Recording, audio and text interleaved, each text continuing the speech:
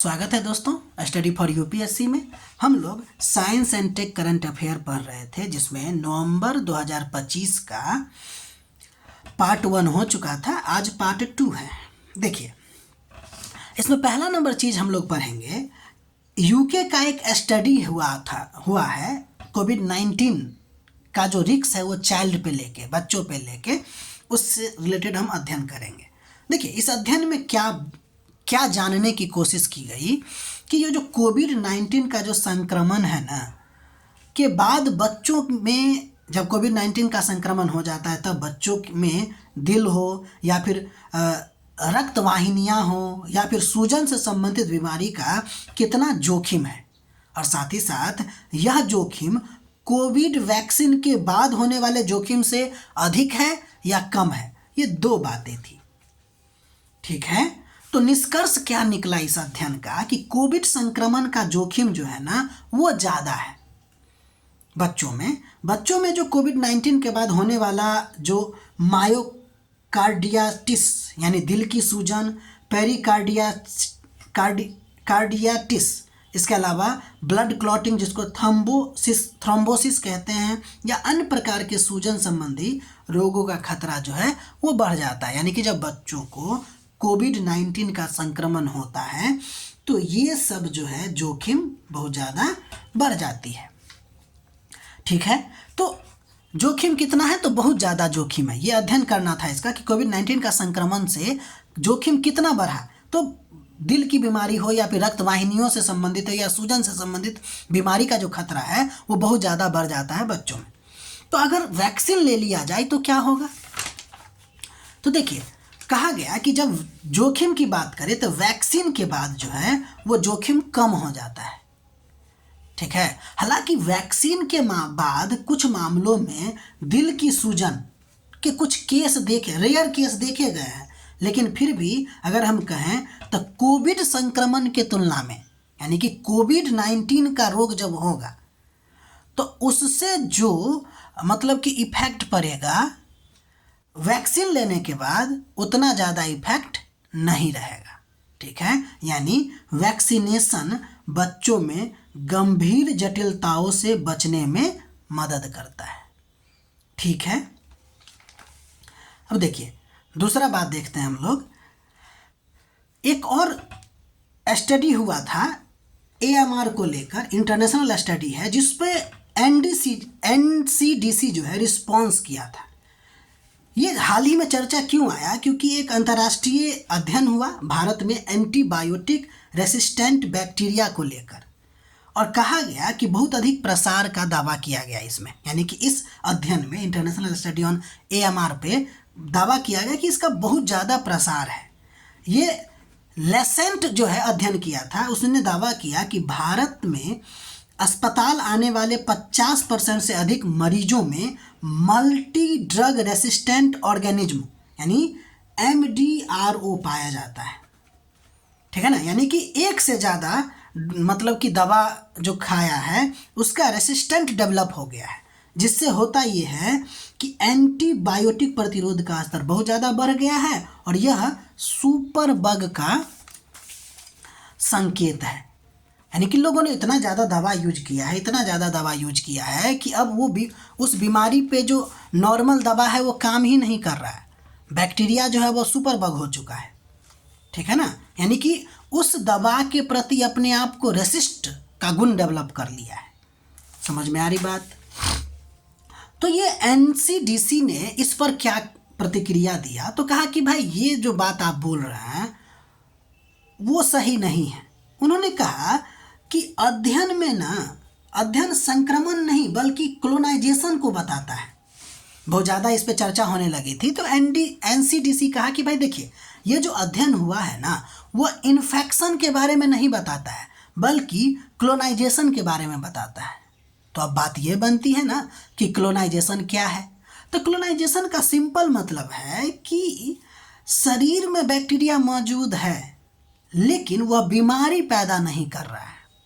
तो इस अध्ययन को लेकर NCDC कहा कि भाई देखो, बैक्टीरिया है शरीर में लेकिन संक्रमण नहीं है, वो बस क्लोनाइजेशन है, ठीक है, इसलिए यह कहना गलत है। और ये जो कह रहा है कि संक्रमण बहुत ज़्यादा है, उसके पीछे कारण वो जो स्टडी है वो बताया कि लोगों में बहुत ज़्यादा संक्रमण हो गई है, सक्रिय संक्रमण है, और इलाज में विफलता हो रही है। तो ये भी बात एनसीडीसी उसका काटा और कहा कि देखो भाई, क्लोनाइजेशन हुआ है, इसका ये मतलब नहीं है कि मरीजों में संक्रमण ज़्यादा है, यानी एक्टिव इन्फेक्शन है, या फिर इलाज लोगों को नहीं हो रहा है, इलाज विफल हो रहा है, ऐसा नहीं है, सिर्फ क्लोनाइजेशन हुआ है इसका। ठीक है, अगर आप एनसीडीसी की बात कीजिएगा तो इसका मतलब होता है national centre for disease control. अच्छा, ये जो स्टडी हुआ था वो ERCD प्रक्रिया को लेकर हुआ था। ये जो प्रक्रिया होती है वो पीत नली या अग्न्याशय की जांच से रिलेटेड प्रक्रिया होती है। क्वेश्चन पूछा जा सकता है कि हाल ही में चर्चा में रही ERCD प्रक्रिया जो है वो क्या ERCP है भाई? पी प्रक्रिया जो है वह किससे रिलेटेड है? तो वो है आपको पीत नली या अग्न्याशय के जांच से रिलेटेड। इसका देखिए फुल फॉर्म भी लिख दिए हैं, इंडोस्कोपिक रेट्रोग्रेड कोलेजनो पैक्रेटोग्राफी। ये बहुत बड़ा वर्ड है इसलिए हिंदी में भी इसको लिख दिए हैं, कोलेजनो पैनक्रिएटोग्राफी। ठीक है, इस बात को याद रखिएगा। ठीक है, मेन बात यहाँ पे आपको एक ये है और दूसरा क्लोनाइजेशन है। ठीक है भाई, अब हम लोग आगे बढ़ते हैं। अगला नंबर जो टॉपिक चर्चा में है वो है आपको सेंटिनल-6B सैटेलाइट। देखिए, यह जो सैटेलाइट है वो एक पृथ्वी अवलोकन उपग्रह है जिसे समुद्र के जलस्तर को अत्यधिक सटीकता से मापने के लिए बनाया गया है। तो यह एक पृथ्वी अवलोकन उपग्रह है जिसको समुद्र के जलस्तर कितना बढ़ा कितना घटा उसके सटीकता के मापने को लेकर बनाया गया है। साथ ही साथ इसका उद्देश्य कुछ और भी है, जैसे जलवायु परिवर्तन और समुद्री पारिस्थितिकी, यानी कि मैरीटाइम इकोलॉजी को क्या करना है कि आपको निगरानी करना है। समझ में आ रही बात? ये जो सेंटिनल-6B सैटेलाइट है वो एक अंतर्राष्ट्रीय संयुक्त मिशन का हिस्सा है जिसमें कोई अकेला नहीं बल्कि NASA, national oceanic atmospheric administration यानी NOAA, इसके अलावा यूरोपियन स्पेस एजेंसी भी इसमें शामिल है। अगर कहें कि जो सेंटिनल-6B सैटेलाइट है वो यूरोप के कोपरनिकस प्रोग्राम का हिस्सा है। इस सैटेलाइट को SpaceX फाल्कन 9 के द्वारा छोड़ा गया है। ठीक है, जिसका मुख्य उद्देश्य आपको पहले भी बताया गया है, फिर भी देख लीजिए। वैश्विक समुद्र स्तर की वृद्धि को मापना, महासागर के लहरों के बारे में बताना, हवाओं और तापीय परिवर्तन का विश्लेषण इत्यादि भी है। ठीक है, साथ ही साथ मौसम पूर्वानुमान, बाढ़ पूर्व चेतावनी इत्यादि में सहायता करना। ठीक है, अगर आप देखिएगा सेंटिनल-6 मिशन के बारे में तो यह आपको जैसॉन सैटेलाइट श्रृंखला की निरंतरता है। ठीक है, ये 2025 में छोड़ा गया, इससे पहले आपको जैनसन सैटेलाइट छोड़ दिया गया था। ठीक है ना, यह जो सेंटिनल-6A है के बाद की दूसरी है सैटेलाइट, कौन? सेंटिनल-6B। समझ में आ रही बात? इसको लिखिएगा और उसके बाद फिर एक बार देखिएगा तो आपको और ज़्यादा समझ में आएगी। अगला नंबर हम लोग देखते हैं वो है आपको यूनेस्को के न्यू गाइडलाइन और न्यूरो टेक्नोलॉजी। देखिए, हाल ही में यूनेस्को जो है ना आपको रिकमेंडेशन और इथिक्स ऑफ न्यूरो टेक्नोलॉजी के नाम से दुनिया का पहला वैश्विक नैतिक ढांचा जारी किया है। ठीक, ये दुनिया का पहला वैश्विक नैतिक ढांचा है जिसका उद्देश्य है तेजी से विकसित हो रही न्यूरो टेक्नोलॉजी के उपयोग को मानवाधिकार, गोपनीयता और नैतिक मापदंडों के अनुरूप बनाना। ठीक, उद्देश्य आप समझ गए हैं। मानवाधिकार की रक्षा हो सके, गोपनीयता बनी रहे, नैतिक मापदंड के अनुरूप यह काम हो न्यूरो टेक्नोलॉजी का, ये सब आपका इसका उद्देश्य है। न्यूरो टेक्नोलॉजी का क्या मतलब होता है? तो न्यूरो टेक्नोलॉजी का मतलब होता है कि मानव मस्तिष्क और तंत्रिका से सीधे जुड़ने वाली टेक्नोलॉजी और मानव के मस्तिष्क गतिविधियों के माप का विश्लेषण और नियंत्रण करने वाली टेक्नोलॉजी।